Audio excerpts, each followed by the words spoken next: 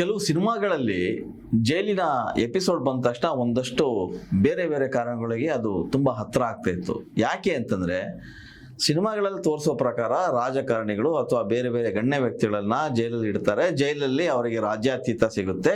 So ಅಲ್ಲಿ ತುಂಬಾ ಅದ್ಭುತವಾಗಿ ಅವರು ಬದುಕನ್ನ ಸವಿಸ್ತಾ ಹೋಗ್ತಾರೆ. ಆಮೇಲೆ ಹೊರಗೆ ಬರ್ತಾರೆ. ಇದು ಸಿನಿಮಾ ವಿಚಾರ, ರೀಲ್ನಲ್ಲಿ ನಡೆಯುವಂಥ ವಿಚಾರಗಳು. ಆದರೆ ರಿಯಲ್ನಲ್ಲೂ ಕೂಡ ಈ ಥರ ವಿಚಾರಗಳು ಇವೆಯಾ? ರಿಯಲ್ನಲ್ಲೂ ಕೂಡ ಒಂದಷ್ಟು ರಾಜಕಾರಣಿಗಳಿಗೆ ಅಥವಾ ಒಂದಷ್ಟು ಪ್ರಭಾವಿ ಆರೋಪಿಗಳೇನು ಹೊರಗಡೆ ಇರ್ತಾರೆ ಅಂಥವ್ರಿಗೂ ಕೂಡ ರಾಜ್ಯಾತೀತ ಸಿಗ್ತದ ಅನ್ನೋ ಒಂದು ಮಾತು ಬಹಳಷ್ಟು ಜನಗಳಿಗೆ ಪ್ರಶ್ನೆಯಾಗಿ ಕಾಡ್ತಾ ಇರುತ್ತೆ.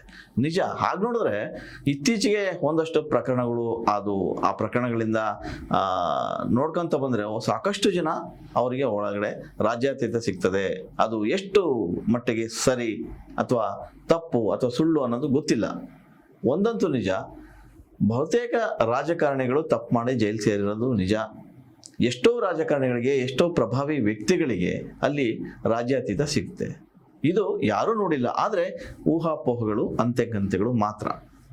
ಆದರೆ ಕಳೆದ 1.5 ವರ್ಷದ ಹಿಂದೆ ಒಂದು ಪ್ರಕರಣದ ಹಿನ್ನೆಲೆಯಲ್ಲಿ ಪವಿತ್ರ ಗೌಡ ಮತ್ತು ನಟ ದರ್ಶನ್ ಸೇರಿದಂತೆ ಒಂದಷ್ಟು ಜನ ಜೈಲು ಪಾಲಾಗ್ತಾರೆ. ಸೊ ಜೈಲಿನಲ್ಲಿ ಅವರಿಗೆ ರಾಜ್ಯಾತೀತ ಸಿಗ್ತದೆ. ಜೈಲಿನಲ್ಲಿ ಅವ್ರು ತುಂಬ ಅದ್ಭುತವಾಗಿದ್ದಾರೆ, ತುಂಬ ಚೆನ್ನಾಗಿ ಅವ್ರನ್ನ ನೋಡ್ಕೋತಾರೆ ಅನ್ನೋ ಮಾತುಗಳು ಕೇಳಿಬರ್ತಾ ಇದ್ವು. ಆದರೆ ಇದ್ಯಾವುದಕ್ಕೂ ಯಾರಿಂದಲೂ ಕೂಡ ಸ್ಪಷ್ಟವಾದಂಥ ಉತ್ತರ ಸಿಗ್ತಾ ಇರಲಿಲ್ಲ. ಇತ್ತೀಚೆಗೆ ಒಬ್ಬ ಮಹಿಳೆ ಒಂದು ಆರೋಪನ ಮಾಡ್ತಾರೆ. ಆ ಮಹಿಳೆ ಬೇರೆ ಯಾರೂ ಅಲ್ಲ, ಸಂಧ್ಯಾ ಪವಿತ್ರ ನಾಗರಾಜ್ ಅಂತ. ಸಂಧ್ಯಾ ಪವಿತ್ರ ನಾಗರಾಜು ಒಂದು ಆರೋಪ ಮಾಡಿದ್ದು ಯಾವುದು ಅಂದರೆ ಪವಿತ್ರ ಗೌಡ ಅವರ ಮೇಲೆ. ಯಾಕೆ ಈ ಆರೋಪ ಮಾಡ್ತಾರಂದ್ರೆ, ಸಂಧ್ಯಾ ಪವಿತ್ರ ನಾಗರಾಜ್ ಒಂದು ಪ್ರಕರಣದ ಹಿನ್ನೆಲೆಯಲ್ಲಿ 3 ತಿಂಗಳ ಕಾಲ ಅವರು ಜೈಲು ವಾಸವನ್ನು ಅನುಭವಿಸ್ತಾರೆ. ಸೊ ಅಲ್ಲಿ ಹತ್ತಿರದಿಂದ ಪವಿತ್ರ ಗೌಡ ಅವರನ್ನು ಕೂಡ ನೋಡ್ತಾರೆ. ಸೊ ಹಾಗಾಗಿ ಪವಿತ್ರ ಗೌಡಗೆ ಜೈಲಿನಲ್ಲಿ ರಾಜ್ಯಾತೀತ ಸಿಗ್ತಾ ಇದೆ. ಅಲ್ಲಿನ ಸಿಬ್ಬಂದಿಗಳೇ ಅವರಿಗೆ ಬಾಕ್ಸ್ನಲ್ಲಿ ಊಟವನ್ನು ತೆಗೆದುಕೊಂಡು ಬರ್ತಾ ಇದ್ದಾರೆ, ಅವ್ರಿಗೆ ಕೊಡ್ತಾರೆ. ಅಷ್ಟೇ ಅಲ್ಲ, ಕೆಲವು ಸಿಬ್ಬಂದಿಗಳು ಅವರ ಸೇವೆಯನ್ನು ಮಾಡ್ತಾರೆ. ಇದಿಷ್ಟೇ ಅಲ್ಲ, ಇದರ ಜೊತೆಗೆ ಆ ಸಿಬ್ಬಂದಿಗೆ ಒಂದಷ್ಟು ಸಂಬಳವನ್ನು ಕೂಡ ನಿಗದಿ ಮಾಡಿದ್ದಾರೆ. ಇವೆಲ್ಲ ಮಾತನ್ನ ಅವರು ಹೊರಗಡೆ ಒಂದು ವಾಹಿನಿಯ ಜೊತೆಗೆ ಮಾತಾಡ್ತಾರೆ. ಇದು ಈಗ ಎಲ್ಲೆಡೆ ವೈರಲ್ ಆಗಿ ಈಗ ಸಂಧ್ಯಾ ನಾಗರಾಜ್ ಮೇಲೆ ಸಿಬ್ಬಂದಿಯು ದೂರನ್ನು ಕೊಟ್ಟಿದ್ದಾರೆ. ಸದ್ಯಕ್ಕೆ ಈಗ ಇಲ್ಲಿಗೆ ಬಂದು ನಿಂತಿದೆ. ಎಷ್ಟು ಸರಿ ಎಷ್ಟು ಸುಳ್ಳು ಅನ್ನೋದು ನಾನು ಆಗಲೇ ಹೇಳಿದೆ. ಅಂತೆಕಂತೆಗಳು ಈ ಒಂದು ವಿಚಾರದಲ್ಲಿ ನಡೀತಾ ಇರ್ತವೆ. ಆದರೆ ಯಾರು ಕೂಡ ಜೈಲೊಳಗೆ ಹೋಗಿ ನೋಡಿರಲ್ಲ. ದರ್ಶನ್ ಹಾಗಂತೆ ಹೀಗಂತೆ ಜೈಲಲ್ಲಿ ಹಾಗೆ ಹಿಂಗೆ ಅಂತ ಹೇಳ್ತಾರೆ, ಆದರೆ ನೋಡಿದ್ದು ಯಾರು ಗೊತ್ತಿಲ್ಲ. ಪವಿತ್ರ ಗೌಡ ಅವರನ್ನ ಕಣ್ಣಾರೆ ನೋಡಿದ್ದೀನಿ. ಪವಿತ್ರ ಗೌಡ ಅವರಿಗೆ ಇವೆಲ್ಲ ಆತಿಥ್ಯಗಳು ಸಿಗ್ತಾ ಇದೆ ಅಂತೇಳಿ ಸಂಧ್ಯಾ ನಾಗರಾಜ್ ಹೇಳಿದ್ದಾರೆ.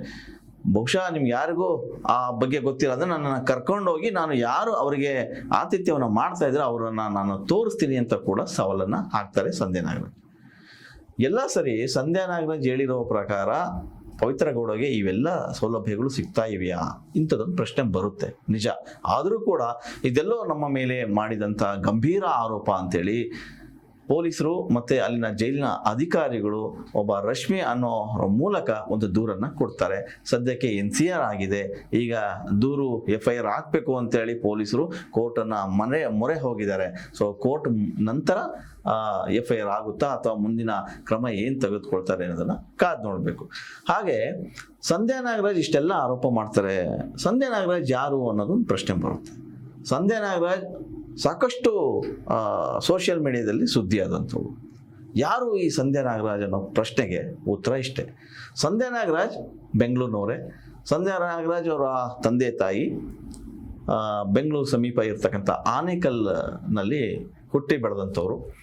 ಅಲ್ಲೇ ಕೂಡ ಇವ್ರಿಗೆ ಮದುವೆ ಆಗುತ್ತೆ. ಸೊ ಇವರಿಗೆ ತುಂಬ ಓದಬೇಕನ್ನೋ ಆಸೆ. ಹಾಗಾಗಿ ಶಾಲಾ ಶಿಕ್ಷಣ ಪೂರೈಸಿ ಬೆಂಗಳೂರಿನ ಬಸವನಗುಡಿ ನ್ಯಾಷನಲ್ ಕಾಲೇಜ್ನಲ್ಲಿ ಇವರು ಸೈನ್ಸ್ ವಿದ್ಯಾರ್ಥಿಯಾಗಿ ಸೇರ್ಪಡೆ ಆಗ್ತಾರೆ.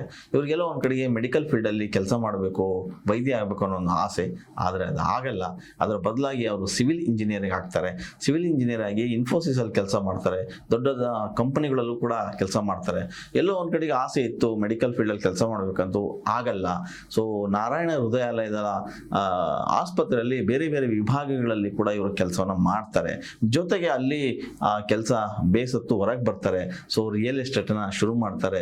ರಿಯಲ್ ಎಸ್ಟೇಟ್ ಜೊತೆಗೆ ಅವರು ರಾಜಕೀಯ ಎಂಟ್ರಿ ಆಗ್ಬೇಕಂತನೂ ಕೂಡ ಯೋಚನೆ ಮಾಡ್ತಾರೆ. ಅಲ್ಲಿ ಕಾಂಗ್ರೆಸ್ ಪಕ್ಷನ ಆಯ್ಕೆ ಮಾಡ್ಕೋತಾರೆ.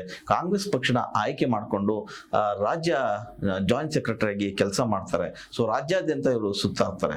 ಸೊ ಅಷ್ಟರೊಳಗೆ ಎಲ್ಲೋ ಒಂದ್ ಕಡೆಗೆ ಒಬ್ಬ ವ್ಯಕ್ತಿ ಜೊತೆಗೆ ಸಾಕಷ್ಟು ಸಂಬಂಧ ಕೂಡಿ ಬರುತ್ತೆ. ಆ ವ್ಯಕ್ತಿಗೂ ಇವ್ರಿಗೆ ಆಗೋದಿಲ್ಲ. ಸೊ ದೊಡ್ಡ ಗಲಾಟೆ ಆಗುತ್ತೆ. ಆ ವ್ಯಕ್ತಿ ಇವ್ರಿಗೆ ಮನಬಂದಂತೆ ನಿಂದಿಸ್ತಾರೆ. ಸೊ ಇವರಿಗೆ 6-7 ಗಂಡಂದಿರು ಇದ್ದಾರೆ ಅಂತ ಕೂಡ ಹೇಳ್ತಾರೆ. ಸೊ ಅದ್ರ ಬಗ್ಗೆ ಸ್ಪಷ್ಟವಾಗಿ ಸಂಧ್ಯಾ ನಾಗರಾಜು ಕೂಡ ಒಂದು ಸಂದರ್ಶನದಲ್ಲಿ ಬಾಯಿ ಬಿಟ್ಟಿದ್ದಾರೆ. ಸೊ ಅವ್ರು ಯಾರು 6-7 ಜನ ಗಂಡಂದಿರು ಕರ್ಕೊಂಬಂದು ತೋರಿಸಿ ನನಗೂ ಗೊತ್ತಿಲ್ಲ ಅಂತ ಹೇಳ್ತಾರೆ. ಸೊ ಈ ರೀತಿಯ ಎಲ್ಲ ಆರೋಪಗಳಿಗೆ ಸಂಧ್ಯಾ ನಾಗರಾಜ್ ಸ್ಪಷ್ಟನೆಯನ್ನ ಕೊಡ್ತಾ ಹೋಗ್ತಾರೆ.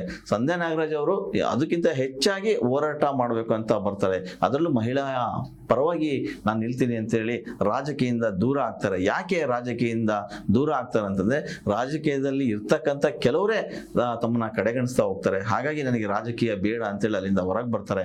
ಆದರೆ ಪಕ್ಷ ಸಂಬಂಧ ಮಾತ್ರ ಕಳ್ಕೊಂಡಿಲ್ಲ. ಇವತ್ತಿಗೂ ಅದೇ ರೀತಿಯಾಗಿ ನಾನು ಪಕ್ಷಕ್ಕೆ ಬೆಂಬಲವನ್ನ ಕೊಡ್ತಾ ಹೋಗ್ತೀನಿ ಅಂತೇಳಿ ಹೊರ ನಿಂತ್ಕೊಂಡು ಹೇಳ್ತಾರೆ. ಅದೆಲ್ಲ ಸರಿ, ಹೋರಾಟ ಮಾಡ್ತೀನಿ ಅಂತ ಬಂದಂತ ಸಂಧ್ಯಾ ನಾಗರಾಜ್ ಮೊದಲು ಧ್ವನಿ ಎತ್ತಿದ್ದು ಧರ್ಮಸ್ಥಳದ ಸೌಜನ್ಯ ಪ್ರಕರಣಕ್ಕೆ ಸಂಬಂಧಪಟ್ಟಂಗೆ. ಸೊ ಯಾವಾಗ ಸೌಜನ್ಯ ಪ್ರಕರಣ ದೊಡ್ಡದಾಗಾಯ್ತು ಅವಾಗ ಇವರು ಅಲ್ಲಿ ಆ ಸೌಜನ್ಯ ಅವರ ತಾಯಿ ಪರವಾಗಿ, ಆ ಸೌಜನ್ಯ ಪ್ರಕರಣದ ಪರವಾಗಿ ಒಂದಷ್ಟು ಹೋರಾಟವನ್ನ ಶುರು ಮಾಡ್ತಾರೆ. ಎಲ್ಲದರ ಜೊತೆಗೆ ಆದಿರಂಪ ಬೀದಿರಂಪ ಮಾಡ್ಕೋತಾರೆ. ಇವರ ಬಗ್ಗೆ ಇಲ್ಲ ಸಲ್ಲದ ಆರೋಪಗಳು ಬರ್ತವೆ. ಸೊ ಆರೋಪಗಳು ಹೇಗೆ ಅಂದ್ರೆ ಯಾವುದೋ ಒಂದು ಹೆಲ್ಪ್ ಲೈನ್ ವಿಚಾರವಾಗಿ ಇವರು ವಂಚನೆ ಪ್ರಕರಣದಲ್ಲಿ ಸಿಲುಕ್ತಾರೆ. ಸೊ ಮಂಗಳೂರಿನಲ್ಲಿ ಇವರ ಬಗ್ಗೆ ಕೇಸ್ಗಳು ಆಗ್ತವೆ. ಹಾಗೇನೆ ಯಾವುದೋ ಒಂದು ಪ್ರಕರಣದಲ್ಲಿ ಅವರು ಜೈಲ್ ಪಾಲಾಗ್ತಾರೆ. ಪರಪ್ಪನ ಅಗ್ರಹಾರದಲ್ಲಿ ತಿಂಗಳುಗಳ ಕಾಲ ಇರ್ತಾರೆ. ಅಲ್ಲಿ ಪವಿತ್ರ ಗೌಡ ಅವ್ರನ್ನ ಹತ್ತಿರದಲ್ಲಿ ನೋಡ್ತಾರೆ. ಸೊ ಒಂದು ದಿನ ಜೈಲಲ್ಲಿ ಏನು ಈಗ ಚಿನ್ನದ ಸಾಗಣೆ ಸಂಬಂಧಪಟ್ಟಂಗೆ ನಟಿ ರನ್ಯಾರಾವ್ ಜೈಲ್ ಪಾಲಾಗಿರ್ತಾರೆ. ರನ್ಯಾರಾವ್ಗೂ ಮತ್ತು ಪವಿತ್ರ ಗೌಡಗೂ ಏನೋ ಒಂದು ಸಣ್ಣ ಕಿರಿಕು ಗ್ರಂಥಾಲಯದಲ್ಲಿ ಆಗುತ್ತೆ. ಆ ಗ್ರಂಥಾಲಯದಲ್ಲಿ ಏನು ಕಿರಿಕಾಗುತ್ತೆ ಆ ಸಂದರ್ಭದಲ್ಲಿ ಸಂಧ್ಯಾ ನಾಗರಾಜ್ ಕೂಡ ಇರ್ತಾರಂತೆ. ಸೊ ಸಂಧ್ಯಾ ನಾಗರಾಜ್ ಪವಿತ್ರ ಗೌಡ ಅವರ ವಿರುದ್ಧ ಮಾತಾಡ್ತಾರೆ. ಸೊ ಹಾಗಾಗಿ ಪವಿತ್ರ ಗೌಡ ಅವರ ವಿರುದ್ಧ ಯಾಕೆ ಮಾತಾಡ್ತಾರೆ ಅನ್ನೋದಕ್ಕೆ ಸ್ಪಷ್ಟನೆ ಕೊಟ್ಟಿಲ್ಲ ಸಂಧ್ಯಾ ಅವರು. ಅಲ್ಲಿ ನಡೆದಿದ್ದ ಕೆಲವು ವಿಚಾರಗಳನ್ನ ಅವ್ರು ಹೊರಗೆ ಬಂದ ತಕ್ಷಣ ಹೇಳ್ತಾ ಹೋಗ್ತಾರೆ. ಸೊ ಯಾವುದು ಸತ್ಯ ಯಾವುದು ಸುಳ್ಳು ಅನ್ನೋದು ಯಾರಿಗೂ ಗೊತ್ತಿಲ್ಲ. ಆದರೆ ಸಂಧ್ಯಾ ನಾಗರಾಜ್ ಮಾಡಿರತಕ್ಕಂಥ ಈ ಗಂಭೀರವಾದ ಆರೋಪ ಎಷ್ಟರ ಮಟ್ಟಿಗೆ ಸತ್ಯ ಅನ್ನೋದು ಈಗಿರತಕ್ಕಂಥದ್ದು ಪ್ರಶ್ನೆ. ಸದ್ಯಕ್ಕೆ ಈಗ ಏನು ಪವಿತ್ರ ಗೌಡ ಅವರಿಗೆ ಅಲ್ಲಿ ರಾಜ್ಯಾತೀತ ಸಿಗ್ತಾ ಇದೆ ಜೈಲಿನಲ್ಲಿ ಅಂತ ಏನು ಹೇಳಿಕೆ ನೀಡಿದ್ದಾರೆ, ಆ ಹೇಳಿಕೆ ವಿರುದ್ಧ ಈಗ ಅಲ್ಲಿನ ಸಿಬ್ಬಂದಿಗಳು ಸಂಧ್ಯಾ ಅವರ ಮೇಲೆ ದೂರನ್ನ ಕೊಟ್ಟಿದ್ದಾರೆ. ಸೊ ಬಹುಶಃ ಮತ್ತೆ ಜೈಲಿನ ಒಳಗೆ ಹೋಗುವಂತ ಪ್ರಮೇಯ ಬಂದರೂ ಬರಬಹುದು, ಗೊತ್ತಿಲ್ಲ. ಆದರೆ ತುಂಬಾ ಡೇರ್ ಆಗಿ ಸಂಧ್ಯಾ ನಾಗರಾಜ್ ಅವರು ಸ್ಪಷ್ಟವಾಗಿ ಅಲ್ಲಿ ನಡೆತಿರತಕ್ಕಂಥ ಎಲ್ಲಾ ವಿಚಾರಗಳನ್ನ ಬಿಟ್ಟಿದ್ದಾರೆ. ಈ ಮಾತುಗಳನ್ನು ಕೇಳ್ತಾ ಇದ್ರೆ ಎಲ್ಲೋ ಒಂದ್ ಕಡೆಗೆ ಪರಪ್ಪನ ಅಗ್ರಹಾರ ಜೈಲಿನಲ್ಲಿ ಹಿಂದೆಯಿಂದ ಕೂಡ ಒಂದಷ್ಟು ಆರೋಪಗಳು ಕೇಳಿ ಬರ್ತಾ ಇದ್ವು. ಎಲ್ಲೋ ಪ್ರಭಾವಿ ವ್ಯಕ್ತಿಗಳಿಗೆ ಅಲ್ಲಿ ಎಲ್ಲಾ ಸೌಕರ್ಯಗಳು ಸೌಲಭ್ಯಗಳು ಸಿಗ್ತವೆ ಅಂತ. ಹಾಗಾದ್ರೆ ಈಗ ಪರಪ್ಪನ ಅಗ್ರಹಾರದಲ್ಲಿ ದರ್ಶನ್ ಕೂಡ ಇದ್ದಾರೆ. ದರ್ಶನ್ಗೆ ಅಂತರ ಸೌಲಭ್ಯ ಸಿಗ್ತಾ ಇದೆಯಾ? ಈ ತರದ ಪ್ರಶ್ನೆ ಕೂಡ ಬರುತ್ತೆ. ಆದ್ರೆ ದರ್ಶನ್ ಅವರ ಎಲ್ಲೋ ಒಂದ್ ಕಡೆ ಫೋಟೋ ನೋಡಿದಾಗ ಒಂದಷ್ಟು ವೈರಲ್ ಆದಾಗ ಸೊ ಬಹುಶಃ ಈ ರೀತಿಯ ಸೌಲಭ್ಯ ಸಿಗ್ಲಿಕ್ಕೆ ಸಾಧ್ಯನೇ ಇಲ್ಲ ಅಂತ ಅನ್ಸುತ್ತೆ. ಇನ್ನು ಒಂದಷ್ಟು ರಾಜಕಾರಣಿಗಳ ಮಕ್ಕಳು ಕೂಡ ಜೈಲಲ್ಲಿ ಇದ್ದಾರೆ ಬೇರೆ ಬೇರೆ ಕಾರಣಗಳಲ್ಲಿ. ಅವರಿಗೂ ಕೂಡ ಈ ತರದ ರಾಜ್ಯಾತೀತ ಸಿಗ್ತಾ ಇದೆಯಾ ಅನ್ನೋ ಪ್ರಶ್ನೆಗಳು ಈಗ ಹುಟ್ಕೊಳ್ತಾ ಇದಾವೆ. ಅದೇನೇ ಇದ್ರೂ ಕೂಡ ಜೈಲಿನಲ್ಲಿ ಒಂದಷ್ಟು ಸೌಲಭ್ಯಗಳು ಸಿಗುವಂತದ್ದು ಎಲ್ಲರಿಗೂ ಗೊತ್ತೇ ಇದೆ. ಆದ್ರೆ ಈ ಮಟ್ಟಿಗೆ ಎಲ್ಲ ನಡೆಯುತ್ತಾ ಅನ್ನೋದೇ ಈಗ ಪ್ರಶ್ನೆ. ಸದ್ಯಕ್ಕೆ ಈಗ ಸಂಧ್ಯಾ ನಾಗರಾಜ್ ಏನು ಆರೋಪ ಮಾಡಿದ್ರೆ ಅದರ ವಿರುದ್ಧ ತನಿಖೆ ನಡೀತಿದೆ. ತನಿಖೆ ನಂತರ ಏನಾಗುತ್ತೆ ಅನ್ನೋದು ಬಯಲಿಗೆ ಬರಬೇಕಾಗಿದೆ. ಪವಿತ್ರ ಗೌಡ ಅವರು ಈಗ ಸೈಲೆಂಟ್ ಆಗಿ ಏನೋ ಆತ್ಮಕಥನ ಬರೀತೀನಿ ಅಂತ ಹೋಗ್ತಾ ಇದ್ದಾರೆ. ಆತ್ಮಕಥನ ಬರೆಯುವಾಗ ಯಾವೆಲ್ಲ ವ್ಯಕ್ತಿಗಳು ಬರ್ತಾರೆ, ಯಾವೆಲ್ಲ ಘಟನೆಗಳು ಬರ್ತವೆ ಅನ್ನೋದು ಗೊತ್ತಿಲ್ಲ. ಆದ್ರೂ ಅವ್ರು ಆತ್ಮಕಥನ ಬರೀತಾರ ಇಲ್ಲ ಅನ್ನೋದು ಮಾತ್ರ ಎಲ್ಲರಿಗೂ ಗೋಪ್ಯವಾಗಿರ್ತಕ್ಕಂಥ ಪ್ರಶ್ನೆ. ಹೆಚ್ಚಿನ ವಿಡಿಯೋಗಳಿಗೆ ಪ್ರತಿಧ್ವನಿ ಯೂಟ್ಯೂಬ್ ಚಾನೆಲ್ ಸಬ್ಸ್ಕ್ರೈಬ್ ಮಾಡಿ, ಬೆಲ್ ಐಕಾನ್ ಕ್ಲಿಕ್ ಮಾಡಿ.